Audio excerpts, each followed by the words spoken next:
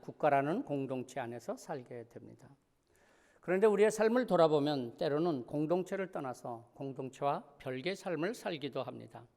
이런 때 반드시 느끼는 감정이 있습니다. 그것은 외로움입니다. 자이든 타이든 공동체를 떠나서 살게 되면 외로움을 느끼게 됩니다. 왜냐하면 나 혼자라고 생각되기 때문입니다.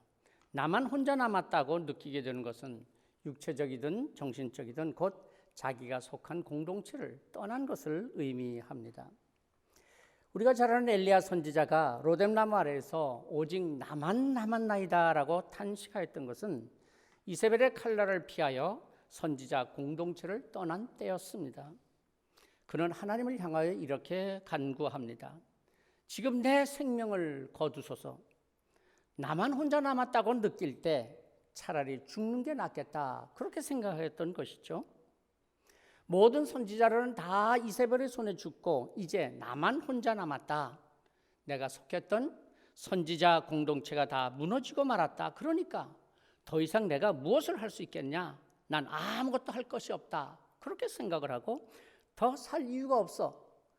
그래서 하나님께 지금 내 생명을 거두소서, 그렇게 간구하게 된 것입니다. 교회는 신앙 공동체입니다. 성도들은 신앙 공동체에 속한 자들로서 이 신앙 공동체 안에서 알고 깨닫고 체험해야 하는 것들이 있습니다.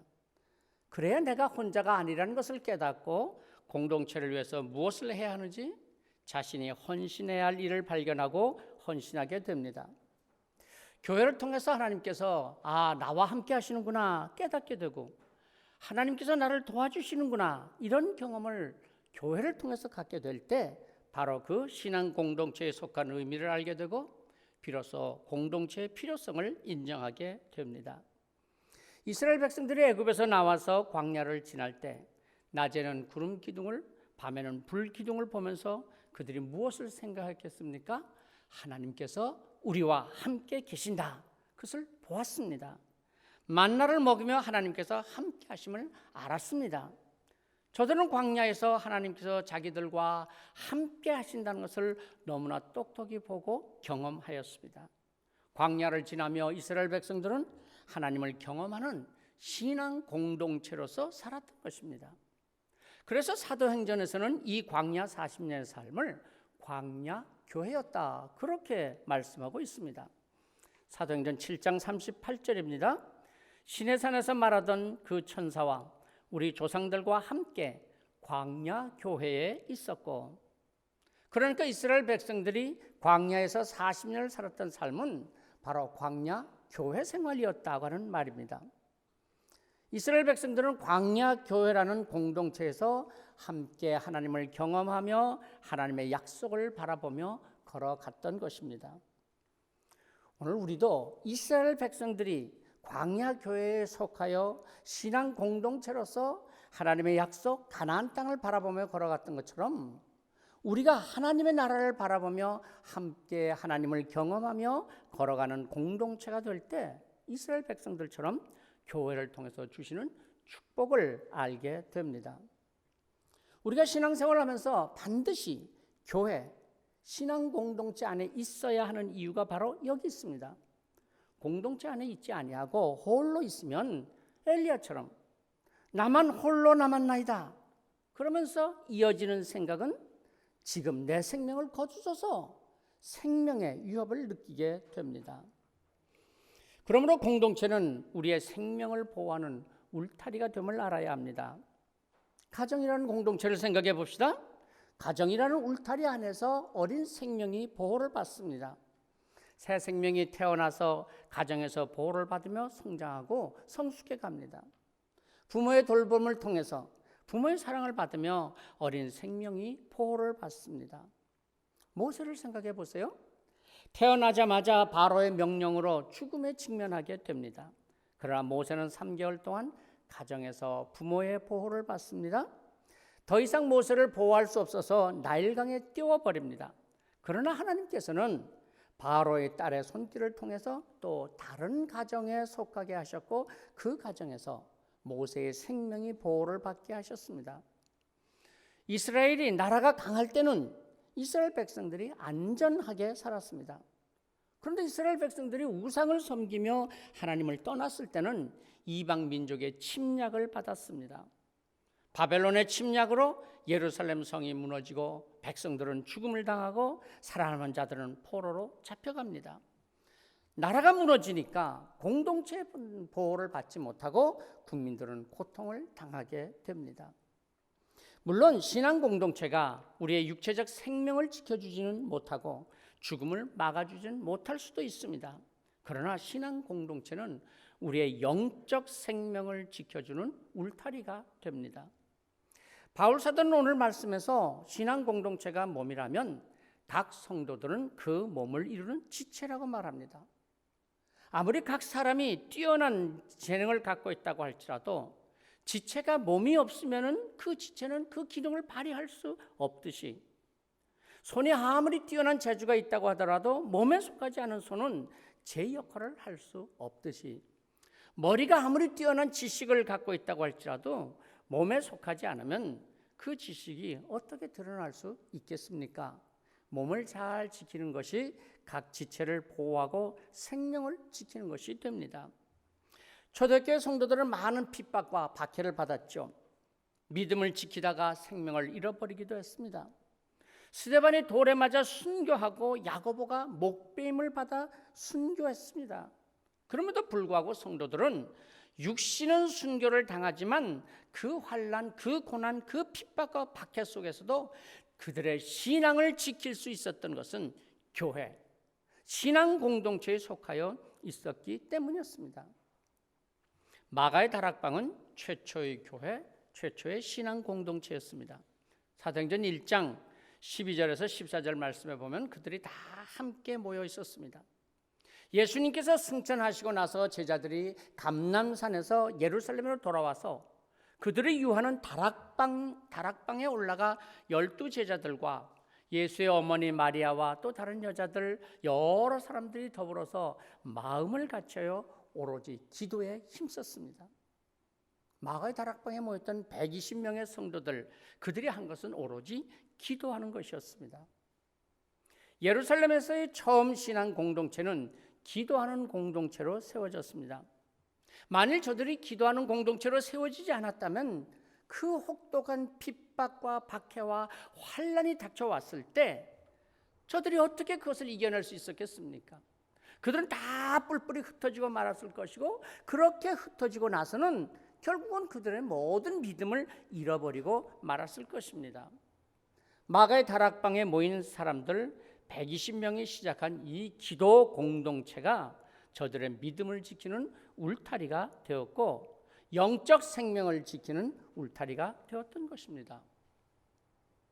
오늘 우리가 함께 경서교회, 이 신앙의 공동체에 속해 있다는 것이 하나님의 큰 축복입니다. 경서교회가 있어서 지금 이렇게 각각 흩어져서 가정에서 있는 곳에서 예배를 드리고 있지만 경서교회 공동체에 속해서 기도하고 방송 예배를 드리며 모든 성도들이 믿음을 지킬 수 있는 것입니다. 예루살렘 공동체를 이끌어가던 지도자 베드로가 복음을 전하다가 감옥에 갇혔습니다. 이때 공동체가 무엇을 했습니까? 기도했습니다. 성도 여러분, 만일 제가 감옥에 갇힌다면 여러분은 어떻게 하시겠습니까? 야, 얼른 새 목사님 모시자 그러시겠습니까? 기도하시겠습니까? 예루살렘 교회 성도들은 모여서 베드로 사도를 위해서 기도했습니다. 그런데 하나님께서 그들의 기도를 들으시고 베드로를 옥에서 건져내셨습니다. 모두가 얼마나 기뻐하며 감격했겠습니까? 예루살렘 교회 공동체는 하나님의 놀라운 역사를 함께 체험하며 함께 감사하며 함께 기뻐할 수 있었습니다. 이런 축복이 공동체를 통해서 경험하는 축복입니다. 초대교회 성도들은 어떤 핍박이나 박해, 환난과 시련도 두려워하지 않았습니다.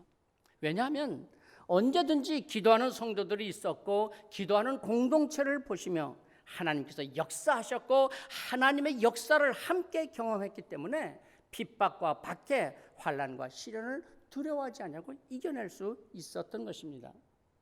물론 혼자서도 기도할 수 있습니다. 혼자 드리는 기도, 물론 하나님께서는 거기에도 응답하십니다. 혼자 기도하고 혼자 응답받고 혼자 기뻐하고 혼자 신앙생활하고, 그럼요, 얼마든지 가능하죠.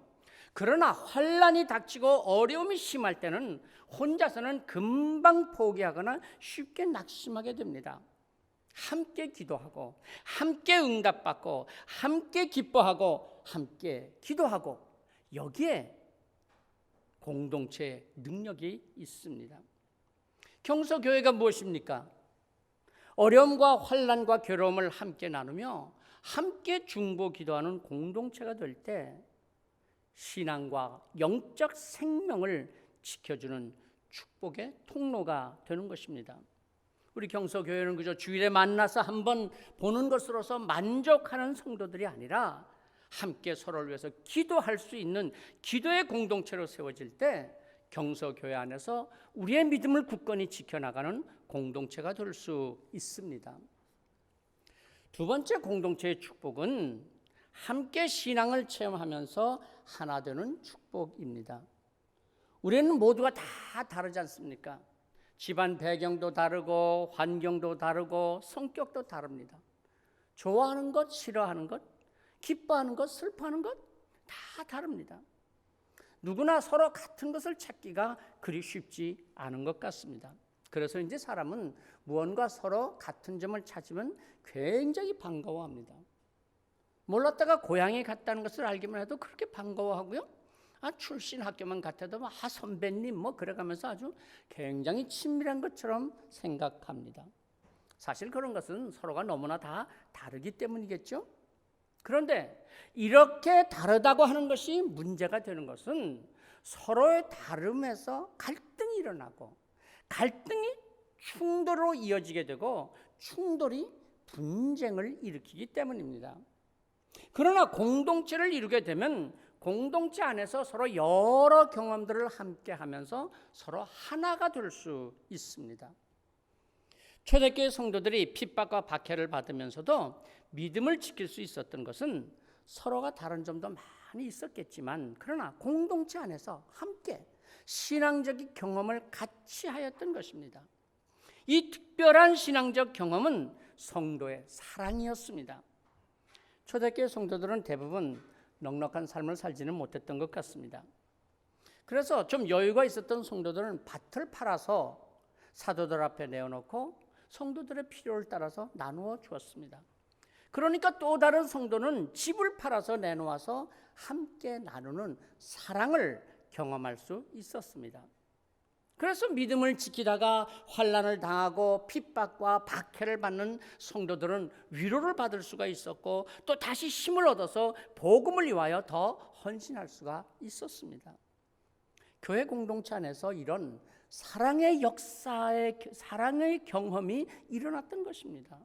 물론 이런 일들이 문제가 없었던 것은 아니었습니다.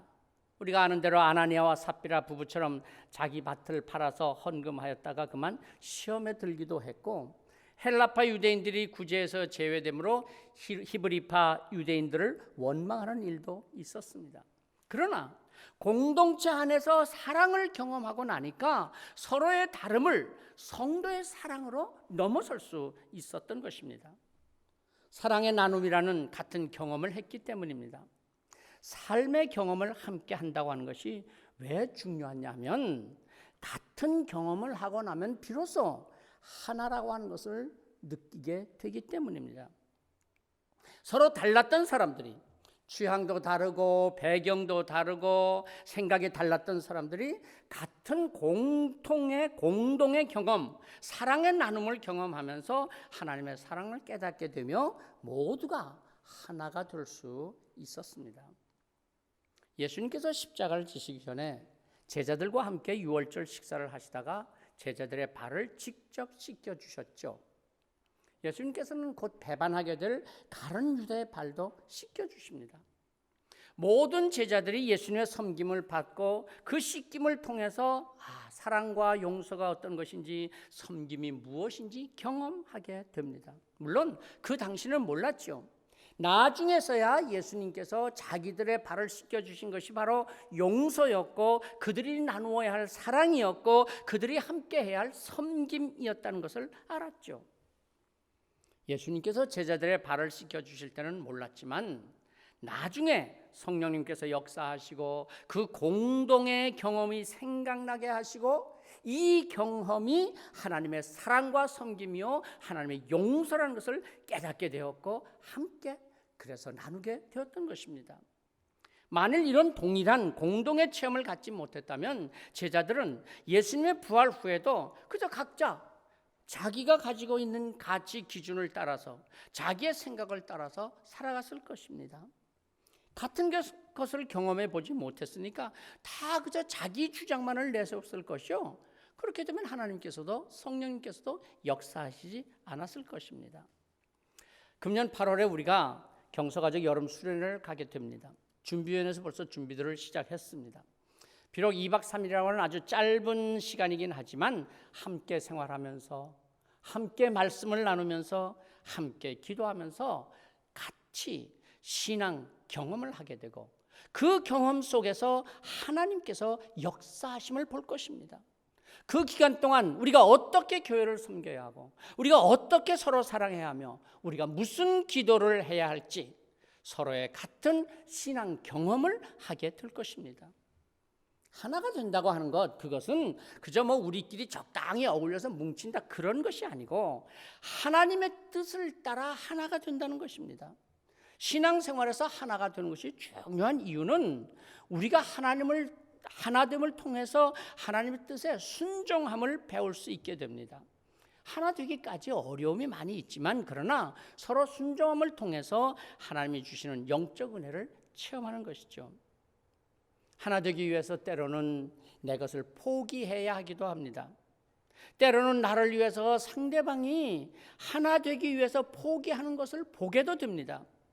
내가 하나 되는 것이 아니라 하나님께서 하나 되게 하시는 역사를 체험하게 됩니다. 이런 과정을 겪으면서 우리의 믿음이 자라게 됩니다. 사실 오늘 설교를 시작하면서 우리 경서 가족들이 어떻게 집에서 예배를 드리는지 그런 모습을 조금 사진 몇 분이 보내온 게 있어서 보려고 했는데 그만 제가 깜빡 잊고 그냥 설교를 시작해서 여기서 한번 봤으면 좋을 것 같습니다. 그래서 준비가 되셨어요? 우리 함께 같이 한번 서로의 인사를 한번 보도록 하겠습니다.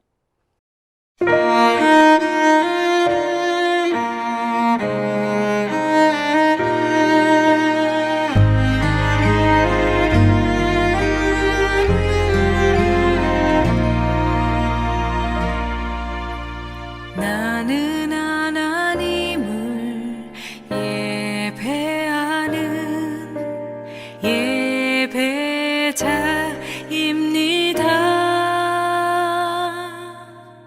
내가 서 있는 곳 어디서나 하나님을 예배합니다.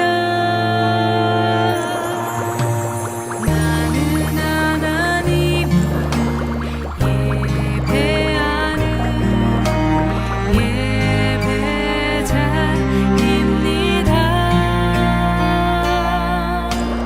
내가 서 있는 곳 어디서나 하나님을 예배합니다. 몇 분 보내주시지 않아서 그만 아쉬움이 큽니다. 이번 주일이라도 혹시 여러분이 많이 보내주시면 다음 주일에 또 한번 좀 함께 나눌 수 있을 것 같습니다. 함께 보니까 훨씬 더 같은 공동체 의식이 생기죠. 우리 유재영 집사님하고 진민경 목사님 그 애기 사랑이가 100일을 지난 모양이에요. 그래서 100일 사진이 함께 있습니다. 자, 세 번째 공동체의 축복은 서로의 가치를 알게 되고 서로의 존재의 의미를 인정하게 된다는 것입니다. 한 사람이 얼마나 귀한 존재인지를 깨닫게 됩니다. 너 없으면 내가 신앙생활 못할 줄 알아? 그럼요, 못합니다. 나 혼자 신앙생활 하는 것이 아닙니다. 때로는 우리가 다른 사람을 귀하게 여기지 않을 때도 있습니다. 교회에서 어떤 사람이 귀한 사람일까요? 그 사람은 우리에게 참 중요한 사람이야. 그거 어떤 사람인데요? 열심히 봉사하고 뛰어난 재능도 있고 헌금도 많이 하고 전도도 열심히 하고 그럼요. 다 소중한 분들입니다. 그런데 우리가 세상적인 가치 기준을 가지고 판단해서는 안 됩니다. 아니, 진정 공동체를 생각하고 공동체를 소중히 여긴다면 한 사람 한 사람이 다 귀한 사람들입니다. 오늘 말씀 21절 22절 말씀을 봅니다. 눈이 손들어 내가 너를 쓸데없다 하거나 또한 머리가 발들어 내가 너를 쓸데없다 하지 못하리라. 그뿐 아니라 더 약하게 보이는 몸의 지체가 도리어 요긴하고. 이어지는 24절 하반절에서 25절 말씀 봅니다. 오직 하나님이 몸을 고르게 하여 부족한 지체에게 귀중함을 더하사 몸 가운데서 분쟁이 없고 오직 여러 지체가 서로 같이 돌보게 하셨느니라. 가끔 연세 드신 성도님들께서 이런 말씀을 하시는 것을 듣습니다. 나는 이제 교회에서 아무 쓸데가 없어요. 아니요. 교회 공동체 안에서 그 한 분 한 분이 얼마나 귀한지요. 물론 어떤 분들은 더 많이 할 수 있는 능력도 있지만 그러나 교회 공동체 전체를 보면 하나님께서 다 고르게 하신다는 것입니다. 가정이라는 공동체 안에서 그렇잖아요. 아내가 소중한가요? 남편이 소중한가요? 다 소중하죠. 자녀만 소중한가요? 아니요, 다 소중합니다. 가정에서 소중하지 않은 지체가 어디 있습니까? 우리 모두 한 사람 한 사람이 얼마나 소중한가는 공동체 안에서 비로소 깨닫게 되는 것입니다. 자기 혼자 있다. 혼자서 뭐가 소중하겠어요? 그런데 공동체 안에 있으면은 내가 소중하게 여겨지지 않는다면 생각해 보세요. 내가 정말 공동체에 속해 있는지, 형식적으로 그저 공동체에 속해 있지만은 나는 공동체에 속하지 않고 있는 것은 아닌지 생각해 보아야 합니다. 공동체 안에서 우리는 서로가 소중한 존재임을 깨닫게 됩니다. 우리가 언제 내가 소중한 존재라는 것을 깨닫게 되나요? 참 역설적이게도 공동체에 있을 때보다는 공동체를 떠났을 때입니다. 공동체를 떠난 자신도 그렇지만 또한 남은 사람도 그의 소중함을 비로소 깨닫게 됩니다. 우리가 숨을 쉬면서 신선한 공기의 소중함을 얼마나 느낍니까? 숨을 한 모금 들이마시면서 야, 공기가 귀하구나 늘 그러면서 삽니까? 아니요. 때로 황사가 오고 미세먼지가 심하면 그때 비로소 신선한 공기의 소중함을 알게 됩니다. 우리는 경서교회 이 예배 공동체 안에 있으니까 예배가 얼마나 귀한 것인지 잘 몰랐습니다. 그런데 이렇게 몇 주일이지만은 함께 모이지도 못하고 만나서 함께 같이 보지도 못하게 되니까 예배가 얼마나 소중한지를 느낍니다. 화려한 건물이었어도 아닙니다. 많이 모이지 않았어도 좋습니다. 그렇게 대단히 좋은 악기로 아름다운 찬양이 없어도 함께 예배하는 성도들이 있다고 하는 것만으로도, 함께 찬송 부를 수 있다는 것만으로도 행복하고 예배 공동체 한 사람 한 사람이 얼마나 귀한지를 깨닫게 됩니다.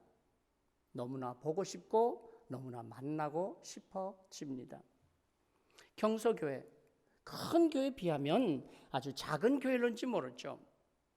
우리가 별로 그렇게 대단한 존재는 아닌 것 같이 느껴지기도 하죠. 그러나 우리는 경서교회를 이루고 그리스도의 몸의 지체로서 보호받고 그리스도의 몸으로서 서로 하나가 됨을 경험하고 이 공동체 안에서 서로의 존재 가치를 나누는 것입니다. 우리 경서교회는 우리의 신앙 공동체를 잘 지켜나가야 합니다. 혹시 공동체에 무너진 부분이 있다면 다시 회복할 수 있어야 합니다. 공동체를 통해서 우리의 영적 생명이, 우리의 믿음이 보호를 받습니다. 공동체에서 함께 신앙의 체험을 나누며 공동의 경험을 통해서 하나가 됩니다. 공동체를 통해서 서로의 가치를 깨닫게 되고 서로의 가치를 인정해 줄 수 있습니다. 이제 오늘 우리가 함께 부를 마지막 찬송 602장 여기에 모인 우리는 주의 은총을 받은 자여라. 주께서 이 자리에 함께 계심을 아노라. 여기에 모인 우리 사랑받는 주의 자녀라. 주께서 뜻하신 바 우리를 통해 펼치신다. 얼마나 소중한 우리 공동체를 말씀해 주시는 찬양입니까? 우리 다 함께 일어나서 이 찬양 부르시도록 하겠습니다.